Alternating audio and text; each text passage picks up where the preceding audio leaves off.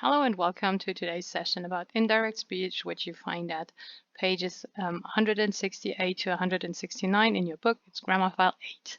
Now, let's take a look at some things you should already know or you already know. Now, if a sentence like Mary, hi, I work at home, is direct speech, this gives you an indirect or reported speech. Mary says that she works at home. Now, I highlighted the says and the that because that is something new that comes into the indirect speech, and also the changes that happen. So the I becomes she, and then obviously the verb also changed from work into works. So you have changes in pronoun and verb. Then in indirect speech, you always report something. So you report things that someone else says or that you yourself have just said, or yeah. The introductory verbs are always in the present in that case. So in the one that you already know, this will change soon. And they can be verbs like say, tell, add, answer, explain, or write. And there's no comma in front of the that, just unlike in German. Now, what we learn new today is the introductory verb can also change. So it doesn't have to be says, it can also be in the past. So something like said. So let's take the same sentence again. So hi, I work at home. So we're still talking about Mary, and she gives us basically the same sentence. And in the indirect version, a few things change. So Mary said. So this is a new development. You have something in the past that she worked at home. So that she worked at home or even had worked at home. And we could do that like this. Right. I'll explain later why it can be had worked or just worked. Now, here we have what is important, a change in the tense of the verb. The pronoun we saw before, that's nothing new. Then there are lots of changes happening depending on which tense is here. So let's look at a few changes. Now, from present to past. Now we have here, he says, we need you. The need is in the present. And then it becomes simple past, just like the rule says. The we turns into they. That's something you already know. That's why it's green. And the you turns into her, him, or them. I highlighted it in red, so you see the differences better.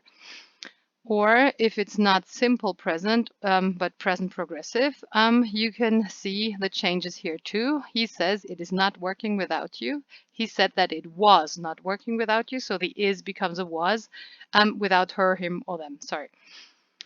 So this is the change from present to past. So this present changes into past. Now, same thing going on with will future becomes would plus infinitive or conditional. Then in direct speech, we still have a sentence like that. So we will make it. And she said that they would make it. So the will turns into a would. Everything else, well, you change the pronoun, of course. You already know that. Then can becomes could. So she says, I can't hear you, becomes an indirect speech. She said that she couldn't hear her or him or them, depending on who the you is. But, sorry, typo here. Okay, then next one is from past to past or past perfect. So they say she started to film. They say that she started to film or that she had started to film. Depending on how back in the past this is, you can say had started if it's really a long time ago, or if it's just like, I don't know, a minute ago, then you can also use the simple past. So that's why past becomes either past or past perfect. Okay.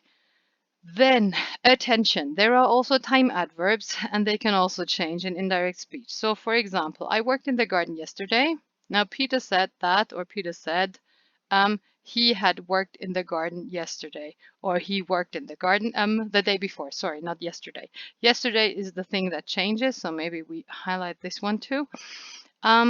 You can't keep the yesterday because yesterday refers actually to the day before today. And if it's not the day before today in indirect speech, well, then it's not yesterday anymore. Now, there's an overview. So this evening becomes that evening, or today becomes that day. These days, those days, now becomes then, and so on and so forth. You can read through. Now, for more details, there are some more details at pages 168 to 69 in your book. Just read those 2 pages. Then if you feel like doing more exercise than we have in our book and our workbook, you can go to this website here. That's quite useful. And you can enter your solutions and see the corrections right away without having to check any Moodle solutions or anything. Now, the solutions to the book exercises at page 90, number 1 and 2 are on the next page. They are always little red notes. There are always little, no, they are always in little red notes. Okay, so if you want to pause the video, do so now. If not, well, just run on and look at the solutions. I will explain a few things here and there. Okay, now these are the solutions, as you can see in a second. Right, so this is my book, the teacher's book, and I just put in the page so you can see. Now, if you look at the sentences in the text before at page 89, you will find those sentences and you will find the gaps. So this was and didn't want and couldn't hear and would, they are actually in the text there. And you will discover the rules that are already up. So simple present, simple past, simple present, also simple past, simple present, also simple past. So everything the same up here. And then can't becomes couldn't and will, would. So that's about that. Then we have this exercise. Now, imagine you're Lewis. Report to Ashling what these people said on the first night of the play. So you have 3 people. They always say something like Sky says, I'm so nervous. Then you have to do, Sky said she was so nervous because, well, Sky is a she, so the I turns to the she, then the am turns to was, and so nervous just stays the same. You do the same thing with the other sentences, also with the other sentences that Sandra said and Mr. McRae said, so that's going to be hopefully easy. Then the other exercise, Jana said she could speak Chinese, is also, well, working groups of 3, forget about that. Just go through in your mind, in your book, or note down the sentences, whatever you feel like, and go through these things. So, for example, A says, I can speak Chinese. Then what did Jana say? She said she could speak Chinese. So the I becomes a she, the can becomes a could. And of course, as Jana is a girl, it's she said. It's important to have this said here or told somebody or answered. So you always have the introductory verb in the simple past. Now, all these sentences are to be done like that. So I can't do my homework today. She couldn't do her homework that day. Then there's a snake near the board, that there was a snake near the board, and so on and so forth. So check out those sentences, what you have to change.